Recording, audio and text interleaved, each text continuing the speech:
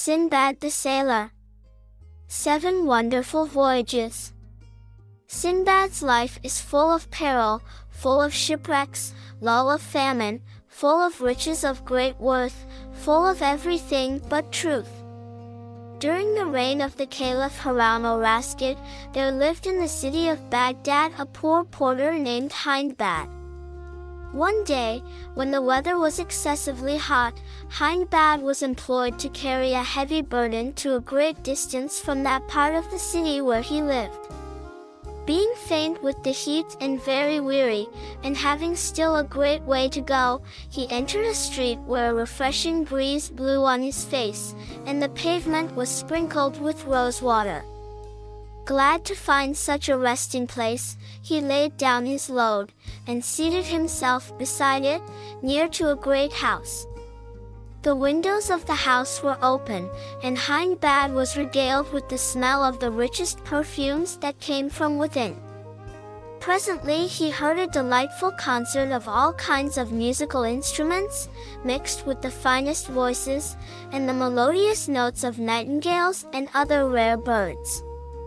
SINDBAD had never been in that quarter of the town before, and he felt a great desire to know to whom this magnificent house belonged. Seeing a servant standing at the gate in a splendid livery, he advanced towards him, and with great humility inquired the name of the master of the house.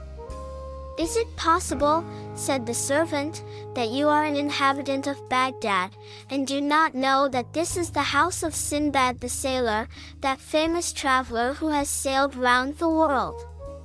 Poor SINDBAD, who had often heard of the wonderful riches of SINDBAD the Sailor, and whose condition he thought was as happy as his own was deplorable, turned away sorrowfully, and sitting down again beside the great load he had to carry, he cried aloud, "Alas! What a difference between this fortunate man and me! I am every day exposed to the greatest fatigues, and all the wretchedness of extreme poverty. Scarcely can I earn sufficient of the coarsest barley bread for the support of myself and family, while happy SINDBAD profusely expends immense riches, and leads a life of continual ease and pleasure. O heavens! What has he done to obtain a lot so fortunate? And why am I condemned to so much wretchedness?"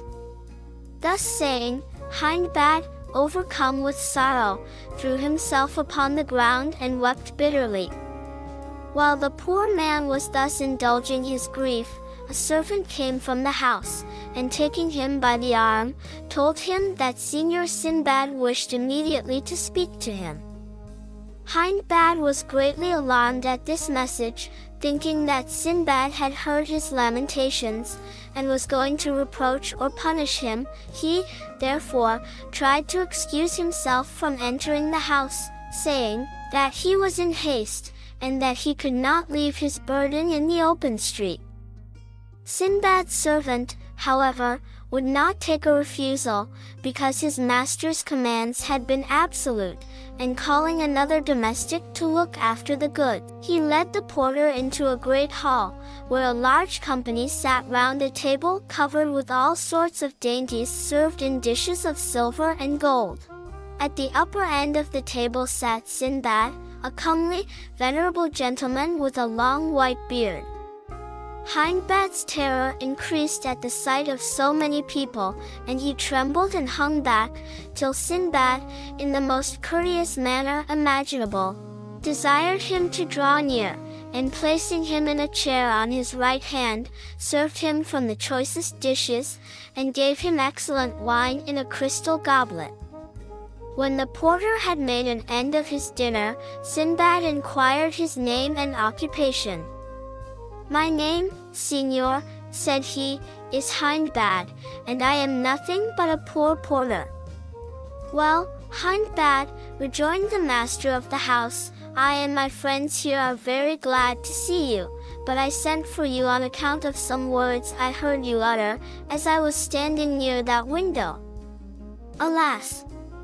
"Signor," exclaimed Hindbad, rising from his chair, and blushing exceedingly, "I confess that my weariness and the heat of the day put me out of humor, and made me speak many indiscreet things, which I beg you to pardon."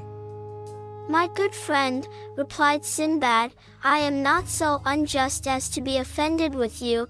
On the contrary, I pity your condition, and when I commanded you to be brought hither, it was that I might convince you I did not attain to this happy condition without enduring more sufferings, and encountering greater dangers than can be well imagined. Yes, gentlemen," he added, looking round the table upon his guests, "I assure you my difficulties were so extraordinary, that they were sufficient to discourage the most covetous man from running the same perils in pursuit of riches. And to convince you of the truth of what I assert, I will, if you are disposed to hear me, relate the history of the extraordinary adventures I met with in the course of my 7 voyages."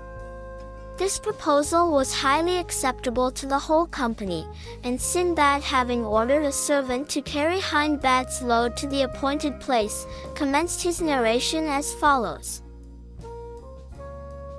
"Goodbye, my friends.